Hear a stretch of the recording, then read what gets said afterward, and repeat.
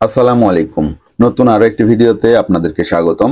ওমরা করার জন্য সৌদি আরবে যাব, এটা আপনাদেরকে এর আগে একটি ভিডিওতে আমি জানিয়েছিলাম এবং আমার পরিচিত অনেককেই জানিয়েছিলাম যে আগস্ট মাসের 8 তারিখে আমাদের ফ্লাইট। কিন্তু দুঃখের বিষয়, দেশের এই পরিস্থিতির কারণে আমাদের 8 তারিখে ফ্লাইটটা মিস হয়ে যায় এবং আমরা যেতে পারি নাই। আমরা সেপ্টেম্বর মাসে ইনশাল্লাহ প্রথম সপ্তাহের দিকেই সৌদি আরবে যাব। সৌদি আরব গেলে যেহেতু রিয়েল দরকার, সেই জন্য কিছু রিয়েল নেওয়ার জন্য আমরা আসছিলাম বগুড়া সপ্তপদী রুনা মানি চেঞ্জের এখানে। আমরা কিছু বাংলাদেশি টাকাকে কনভার্ট করে সৌদি রিয়েল করে নেওয়ার জন্য আসছিলাম এই দোকানটাতে। এক সৌদি রিয়েল ওনারা আমাদের কাছ থেকে নিয়েছিলেন 32 টাকা 55 পয়সা করে।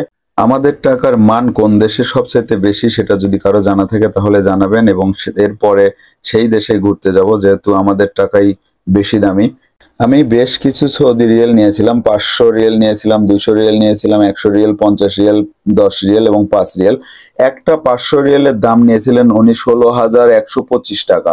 ভাবা যায়, একটা 500 টাকার নোট সৌদি আরবের আমাদের দেশে 16,125 টাকা দিয়ে কিনতে হচ্ছে।